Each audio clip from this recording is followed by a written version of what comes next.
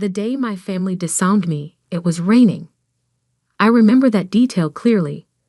The way the water streamed down the windows of Harrison Industries' executive conference room, while inside, my father's face turned an alarming shade of red. "Incompetent!" he shouted, slamming a stack of papers onto the polished table. "Do you have any idea what your mistake could have cost us?" I stood there, 22 years old and fresh out of business school, trying not to cry. "Dad, I can fix it. The contract isn't final yet." "Fix it?" My older brother Michael's laugh was cruel. "You nearly sold our shipping division for half its value. There is no fixing that kind of stupidity. The mistake they were talking about was a draft contract I'd prepared for the sale of Harrison Maritime, one of our smaller divisions. I'd accidentally used outdated valuation figures, ones that didn't include our recent fleet expansion. The error was caught before any real damage was done, but to hear my family tell it, I'd nearly destroyed a century of Harrison family business. "I trusted you with this," my father continued, his voice dropping to something even worse than yelling: disappointment. "I gave you a chance to prove yourself, and this is how you repay that trust." I tried to explain that I'd been working 80-hour weeks, that I'd been trying to handle both the maritime deal and the new tech acquisition they'd dumped on my desk. But excuses didn't matter in the Harrison family. Results were all they cared about. "Jack," my mother's voice from the doorway made us all turn. She stood there in her perfect channel suit, looking more like a CEO than the socialite she pretended to be. "The board is waiting." My father straightened his tie. "We'll finish this discussion later." But we didn't. That evening, I was called to my father's study, the room where 3 generations of Harrison men had made the decisions that built our family empire. The leather-bound books and old oil paintings seemed to watch disapprovingly as my father delivered his verdict. "You're done here," he said without preamble. "The board has lost confidence in your judgment. Your position at Harrison Industries is terminated, effective immediately." I felt like I'd been punched. "Dad, please. It was one mistake. A mistake we can't afford." He wouldn't even look at me. "You'll receive 6 months severance. After that, you're on your own." "You're firing me? I'm your daughter." "Which is exactly why this hurts so much." He finally met my eyes. "You're not just an employee, Emma. You're a Harrison.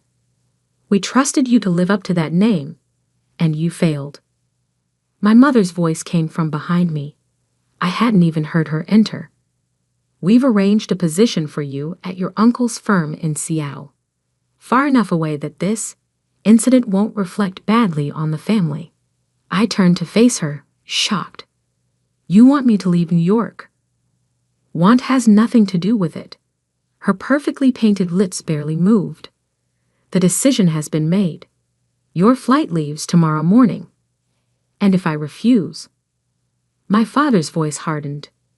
"Then you're on your own completely. No severance, no connections, no family support. Your choice." I looked between them, the parents who had pushed me toward business school, who had drilled the importance of the Harrison legacy into me since childhood. Now they were casting me aside over one mistake. "Some choice," I whispered.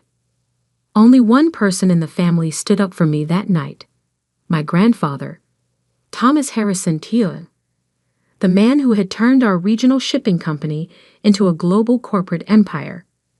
He stormed into my father's study just as I was leaving, his weathered face dark with anger. "Jack, you fool," he growled at my father. "You have no idea what you're throwing away." But my father stood firm. "Dad, the board has already..." "The board?" Grandpa's laugh was bitter. "You mean those yes-men you surrounded yourself with? The ones who forgot what built this company in the first place." I had never seen my grandfather so angry. He turned to me, his expression softening. Emma, dear, come stay with me. We'll sort this out. But I was already shaking my head. The humiliation was too fresh. The pain too raw. No, Grandpa. They've made their choice. I left that night, ignoring my mother's carefully planned Seattle arrangement. The 6-month severance would be enough to start over somewhere, anywhere that wasn't under my family's shadow. What I didn't know then was that my grandfather had already set something in motion, something that wouldn't be revealed until 10 years later, when his will would turn the Harrison family upside down. That night, I checked into a hotel using my personal credit card, soon to be my only credit card, once my corporate accounts were frozen. I sat on the generic floral bedspread and opened my laptop, staring at the draft contract that had supposedly destroyed my future. Except, something wasn't right. I had worked on dozens of contracts during my brief time at Harrison Industries. I knew my own writing style, my own formatting preferences. This contract was different. Small things, spacing, font choices, even some of the language, were off. With trembling fingers, I pulled up the original file from my secured backup drive. The differences were subtle but unmistakable. Someone had altered my work before it reached the board. Someone had wanted me to fail. I thought about my brother Michael's smirk, the way he had been so quick to condemn my mistake, the way he had positioned himself as the only competent heir to the Harrison empire. My grandfather's voice echoed in my head. You have no idea what you're throwing away. But maybe I did. Maybe I understood exactly what had happened, and why. I closed my laptop and walked to the window, watching the city lights blur through the rain. 10 years ago, my great-grandfather had passed control of Harrison Industries to my grandfather instead of his older brother, a decision that had shocked the business world. History, it seemed, had a way of repeating itself in our family. My phone buzzed. A text from my grandfather. Nothing is what it seems, Emma. Watch. Wait. Learn. I took a deep breath, making a decision that would shape the next decade of my life. I would not run to Seattle. I would not fade quietly into obscurity. I would watch. I would wait. And most importantly, I would learn exactly how deep this betrayal went. What my family didn't know, what even my grandfather couldn't have predicted, was that their mistake was about to turn into their worst nightmare. Because the contract I had actually prepared, the one that had been altered without my knowledge, it contained a hidden clause, a small but crucial detail that would only become apparent years later. A detail that would give me control of Harrison Maritime's most valuable assets, right when the family needed them most. I smiled at my reflection in the rain-streaked window. They thought they were teaching me a lesson about failure. Instead, they were about to learn one about underestimating the wrong person. My grandfather's next text arrived just as I was falling asleep.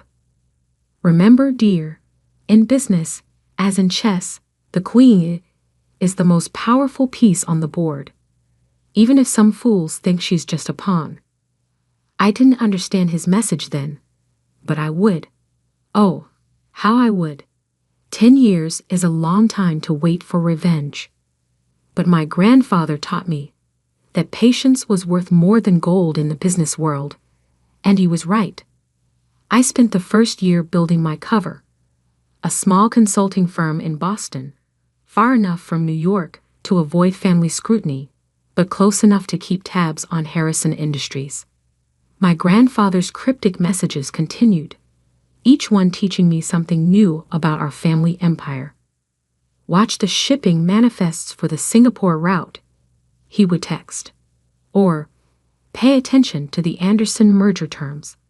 Small breadcrumbs that helped me understand the bigger picture. The mistake that got me fired? It wasn't just about the maritime division. That contract had been a test. one designed to show the board that I wasn't fit to lead. What my brother Michael hadn't realized was that I had left my own test hidden in the fine print. Clause 23.4, subsection B, buried in the technical specifications. In the event of division, restructuring, or transfer of assets, original signatory maintains first right of refusal on all Pacific Rim shipping routes and associated infrastructure. A clause that would mean nothing for years, until Harrison Industries decided to restructure their entire shipping operation, which, according to my grandfather's intelligence, was exactly what they were planning. I built my new life carefully, layer by layer. My consulting firm, Phoenix Maritime Solutions, specialized in shipping logistics and port management.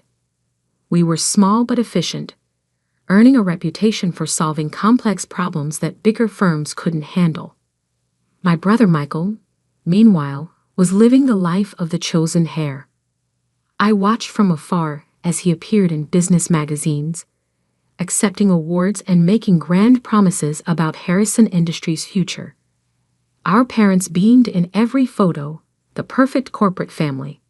Only my grandfather seemed to see through the facade. "Your brother's latest acquisition is built on sand," he told me during one of our secret meetings. Always in small cafes far from Manhattan. He's leveraging the company's future on short-term gains.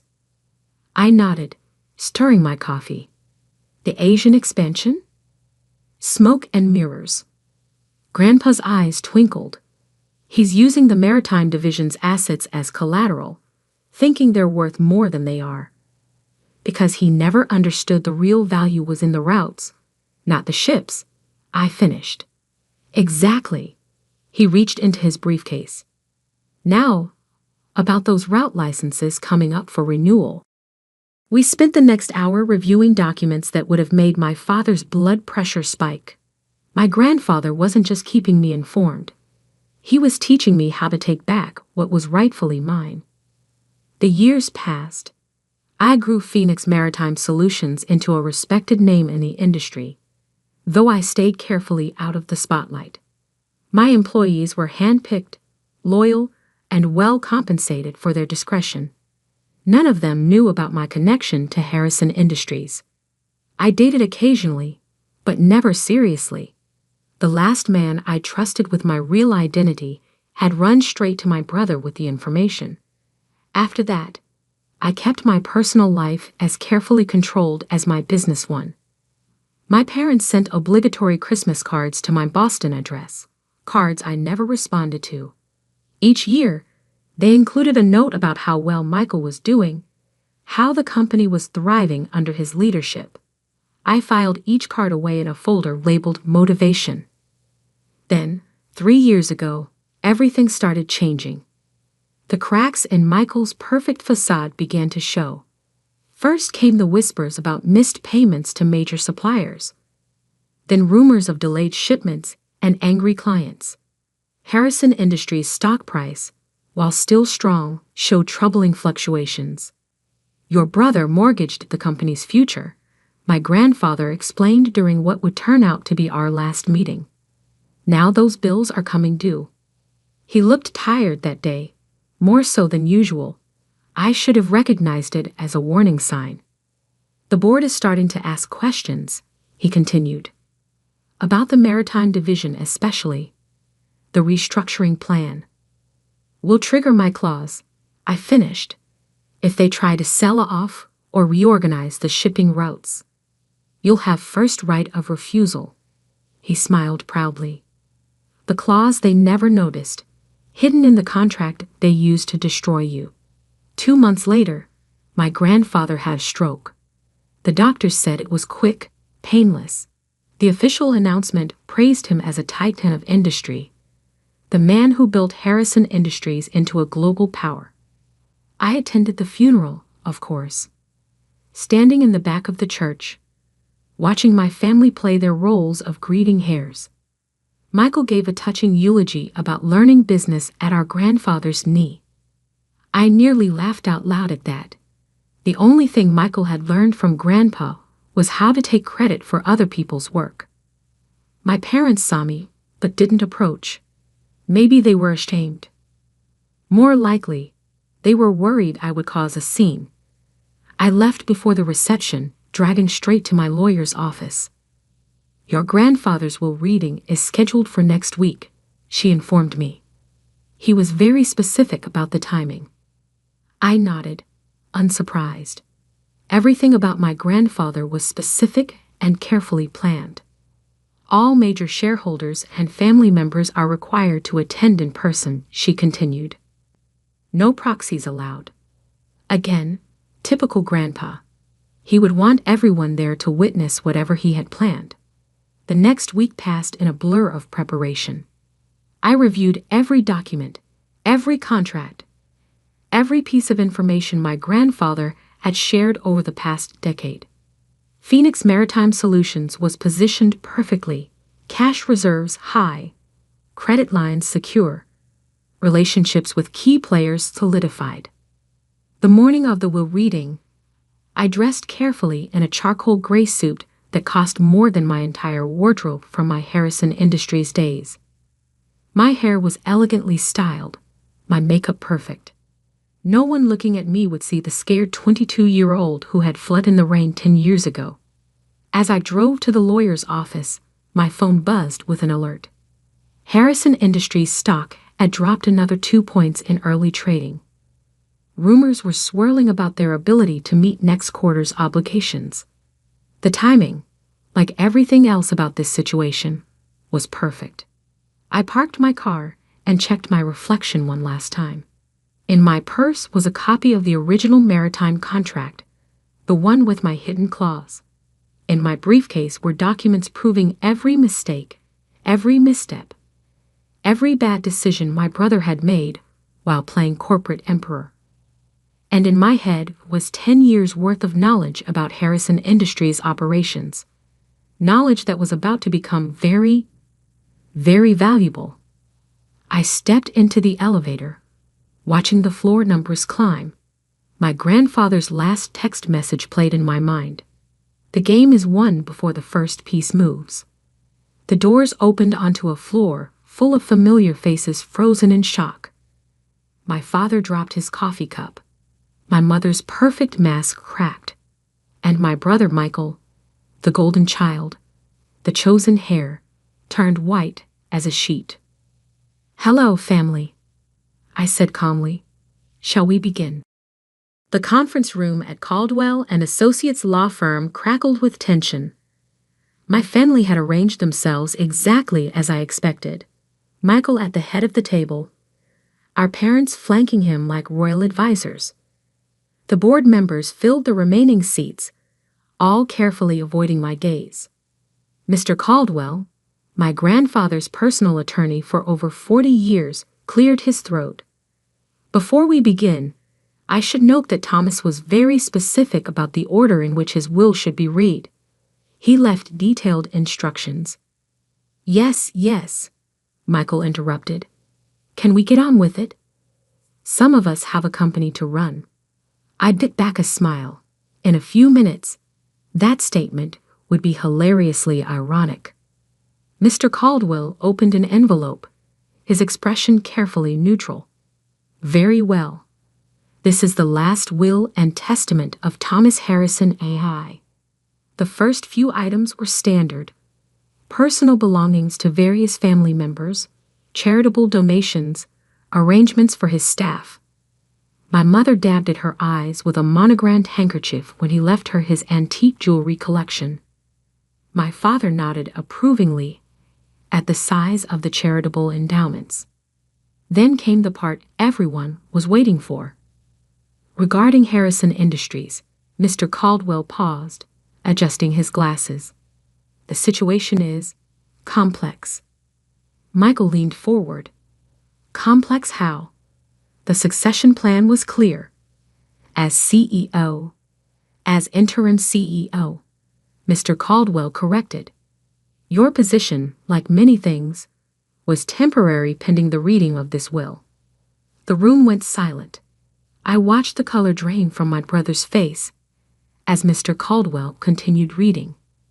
To my grandson, Michael, I leave these words of wisdom. Power without understanding is like a ship without a rudder. You sought control, but never learned why our company worked. You chased growth without appreciating the foundation that supported it. And most tragically, you betrayed your own sister to advance yourself. Michael shot to his feet. This is ridiculous. I didn't. Sit down, Mr. Caldwell said firmly. There's more. He pulled out another document, one I recognized, my original maritime contract. 10 years ago, a contract was deliberately altered to discredit Emma Harrison and force her removal from the company. I have here the original document, along with proof of who made those alterations. My father's face had turned an interesting shade of purple. That's ancient history. The board's decision was based on falsified evidence, Mr. Caldwell finished. Evidence that Michael provided after tampering with his sister's work. The board members began murmuring among themselves. I noticed several of them eyeing the exits. Furthermore, Mr. Caldwell continued, the original contract contained a clause that becomes particularly relevant now. Emma, would you like to explain? All eyes turned to me. I stood slowly, smoothing my suit jacket. Clause 23.4, subsection B gives the original signatory, me, first right of refusal on all Pacific Rim shipping routes and associated infrastructure in the event of division restructuring. Which means nothing, Michael snapped. We're not restructuring the maritime division. Actually, I pulled out my phone, displaying the morning stock alerts. You are. The Singapore deal you announced last week? The one meant to save the company from the debt you've accumulated. It can't happen without restructuring the shipping operations. Which means you need my approval. I finished. And you won't get. The room erupted in chaos. Board members were already on their phones, likely calling their lawyers. My mother had actual tears running down her face, ruining her perfect makeup. My father looked like he might have a stroke. Mr. Caldwell raised his voice over the din. There's more. From his briefcase, he produced a thick folder. Thomas Harrison's majority shareholding in Harrison Industries is hereby transferred in its entirety to his granddaughter, Emma Harrison. The silence that followed was deafening. Additionally, he continued, all voting rights associated with the family trust shares are to be exercised by Emma Harrison, effective immediately. Michael collapsed back into his chair. This can't be legal. Dad, do something. But our father was staring at another document Mr. Caldwell had placed on the table, a detailed report of Harrison Industries' finances under Michael's leadership. Your grandfather spent the last 10 years documenting every mistake, every poor decision, every instance of mismanagement, Mr. Caldwell explained. He worked closely with Emma to understand the true state of the company while you were all believing your own press releases.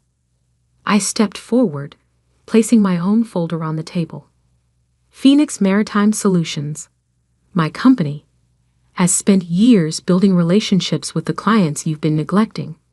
We've secured contracts you didn't even know were available. And now you own us, my father whispered. No, I corrected. I own what's mine. What should have been mine 10 years ago, before you chose to believe lies over truth? Mr. Caldwell cleared his throat. There's one final item. A letter Thomas wanted read aloud. He opened a sealed envelope and began reading. To my family. Power doesn't come from titles or boardroom theatrics. It comes from understanding. Understanding your business, your people, and most importantly, yourself. 10 years ago, you cast aside the one person who truly understood what made Harrison Industries work. You chose flash over substance, greed over growth, betrayal over loyalty. Emma didn't just survive your betrayal, she thrived despite it. While you were all watching Michael play CEO, she was learning every aspect of this industry. She built her own success while watching you destroy your inheritance. Consider this my final lesson in business. True leadership isn't about who can grab power fastest. It's about who can wield it wisely. Emma, the company is yours. Make it what it should have been all along. To the rest of you, learn from this if you can. With love and disappointment in equal measure, Thomas Harrison A.E. Michael was the first to break the silence. You planned this. All of it. You and Grandpa. No, I cut him off. You planned this the day you decided to forge documents to destroy my career. Grandpa and I just made sure you'd face the consequences. I turned to the board members. A car is waiting outside to take you to Phoenix Maritime's offices. My team will brief you on the restructuring plan we've developed.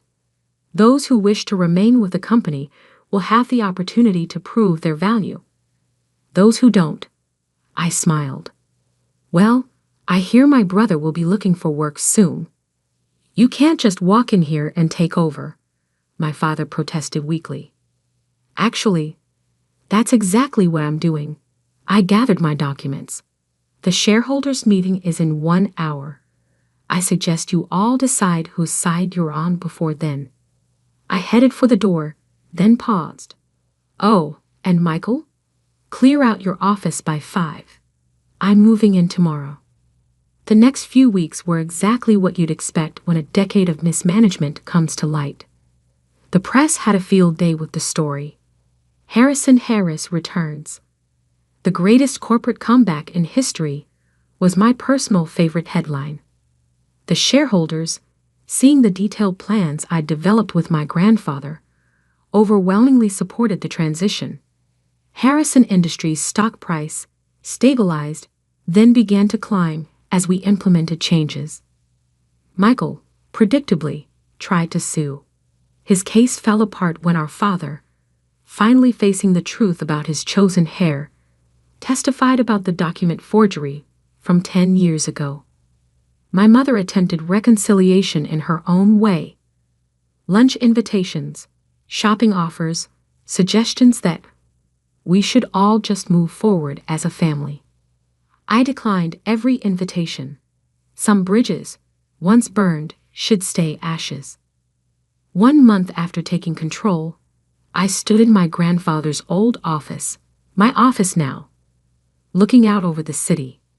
On my desk sat the contract that had started everything, framed as a reminder that sometimes losing is just winning in disguise.